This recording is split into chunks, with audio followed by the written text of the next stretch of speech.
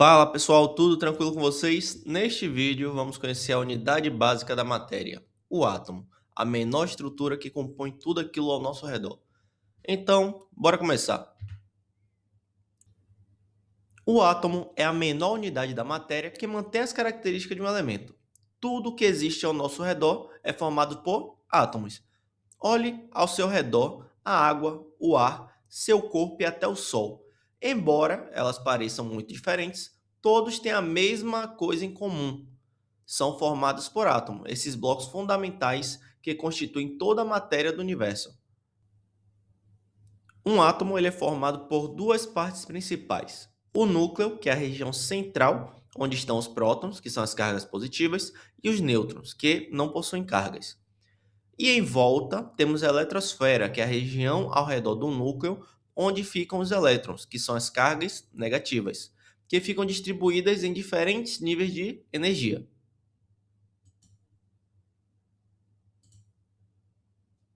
Os elétrons não ficam em qualquer posição ao redor do núcleo. Ele ocupa níveis diferentes de energia ou camadas eletrônicas, sendo que as camadas mais próximas do núcleo possuem menor quantidade de energia, enquanto as mais distantes possuem maior quantidade de energia. Quando o átomo ele recebe energia através de calor, eletricidade ou luz, esse elétron ele começa a absorver essa energia. Com isso, ele realiza saltos eletrônicos, passando de uma camada com menor quantidade de energia para outra com maior quantidade de energia.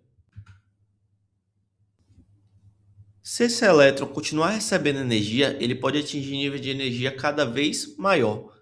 Assim, o elétron consegue vencer a atração do núcleo e escapa completamente do átomo. O átomo ele perde um elétron e passa a ter mais prótons do que elétron, tornando assim um íon positivo, que chamamos de cátion.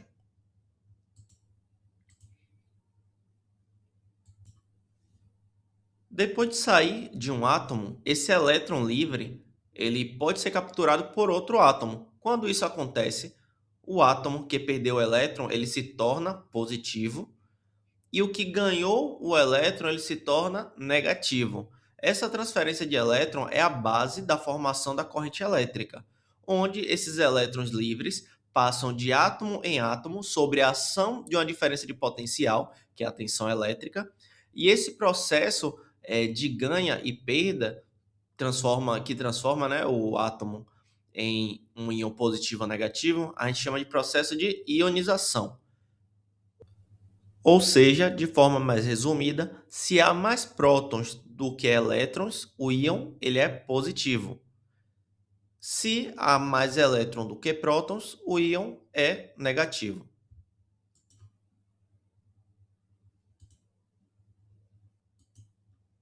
A interação entre cargas elétricas é a força que faz duas cargas se atraírem ou se repelirem. Cada carga elétrica ela cria um campo elétrico ao seu redor. E quando outra carga entra nesse campo, surge uma força elétrica entre elas. Se a carga ela tem mesmo sinal, a força ela empurra para longe, ou seja, há uma repulsão entre essas cargas. E se as cargas tiverem sinais opostos, a força as puxa em direção uma da outra. Então vai ter um efeito de atração. Lembrando aquela linda, maravilhosa frase que os opostos se atraem para facilitar a lembrança.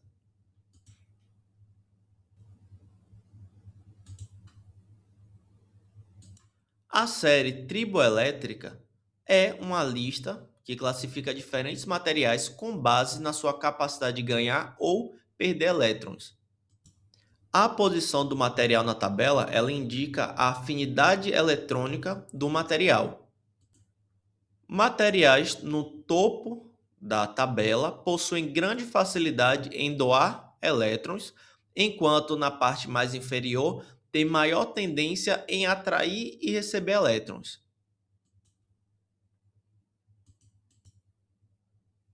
A importância da série triboelétrica na prática reside na capacidade de prever e controlar fenômenos de eletricidade estática.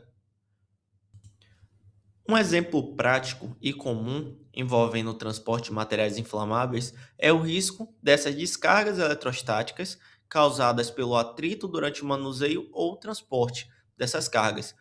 Aplicando conhecimento sobre a série triboelétrica e a eletrização, por atrito, o atrito no transporte ou no manuseio cria um acúmulo de cargas, criando um risco, pois pode gerar faíscas que, em ambientes com presença de poeira, de papel ou vapores inflamáveis, poderiam causar incêndios.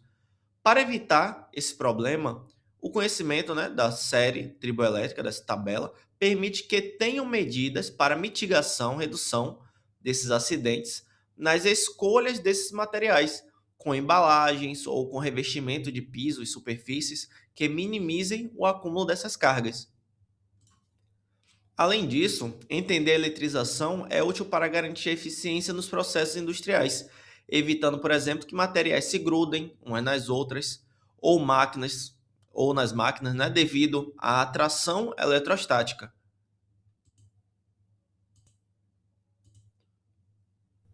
Agora vamos para os tipos de eletrização.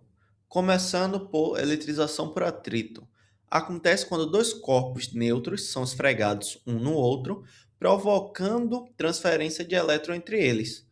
Um dos corpos perde elétrons e o outro ganha elétrons.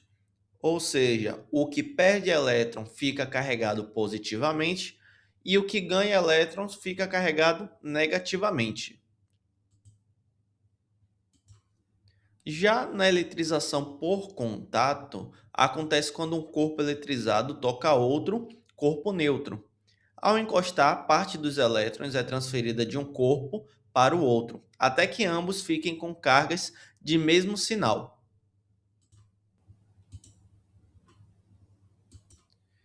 Já na eletrização por indução, ocorre sem contato direto entre os corpos. Um corpo eletrizado é aproximado de outro corpo neutro, provocando uma separação das cargas dentro do corpo neutro. A aproximação desse indutor de um corpo eletricamente neutro faz com que essas cargas se redistribuam em seu interior, provocando um fenômeno de polarização. Se em seguida ligarmos o corpo do induzido ao terra, elétrons entrarão ou sairão desse corpo, dependendo do sinal da carga do indutor. Ao retirar a ligação com a Terra, enquanto o indutor ainda permanece próximo, esse excesso ou essa falta de elétron, ficará presa no corpo do induzido. Por fim, ao afastarmos o indutor, as cargas se redistribuem uniformemente e o corpo permanecerá eletrizado com a carga de sinal oposto à do indutor, como está aí na imagem.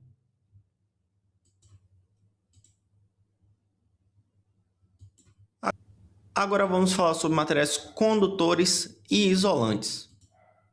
O material condutor é um material que permite a movimentação dos elétrons com facilidade. Isso acontece porque seus elétrons mais externos, que são os elétrons na camada de valência, possuem ligações fracas com os elétrons, podendo se mover livremente quando há uma diferença de potencial, que é a tensão elétrica. Características do material condutor. Primeiro, permite a passagem de corrente elétrica com facilidade. Segundo, possui muitos elétrons livres. E terceiro, apresenta uma baixa resistência elétrica. Exemplos de condutores são o cobre, o alumínio, a prata, o ouro, o ferro e água, dependendo dos níveis de sais minerais contidos nela. Já os materiais isolantes são aqueles que dificultam ou impedem a movimentação dos elétrons. Nesses materiais, os elétrons permanecem fortemente ligados ao seu átomo, tornando muito difícil a condução da corrente. As suas características são: primeira, dificuldade da passagem de corrente. Segunda, possui poucos elétrons livres. E terceiro, é apresentar uma alta resistência elétrica. Exemplos são borracha, o plástico, o vidro, cerâmica, porcelana e o ar. E se eu perguntar a vocês se um isolante ele é capaz de conduzir corrente elétrica, vocês concordariam ou discordariam de mim? Então, o material isolante ele dificulta muito a movimentação dos elétrons, mas não a impede completamente. Se aplicarmos uma tensão elétrica suficientemente alta, até mesmo para um isolante, né, ele pode sim conduzir corrente elétrica. Esse fenômeno é chamado de ruptura dielétrica, que é um fenômeno na qual, né, um material isolante ele perde suas propriedades e passa a conduzir corrente elétrica. Um exemplo bastante comum por exemplo, é o rolo de cabo elétrico, onde tem isolação de 750 volts, por exemplo. Ele é utilizado em instalações residenciais, comerciais, enfim, para baixa tensão. E esse 750 volts, ele quer dizer que é a tensão máxima de isolamento do cabo.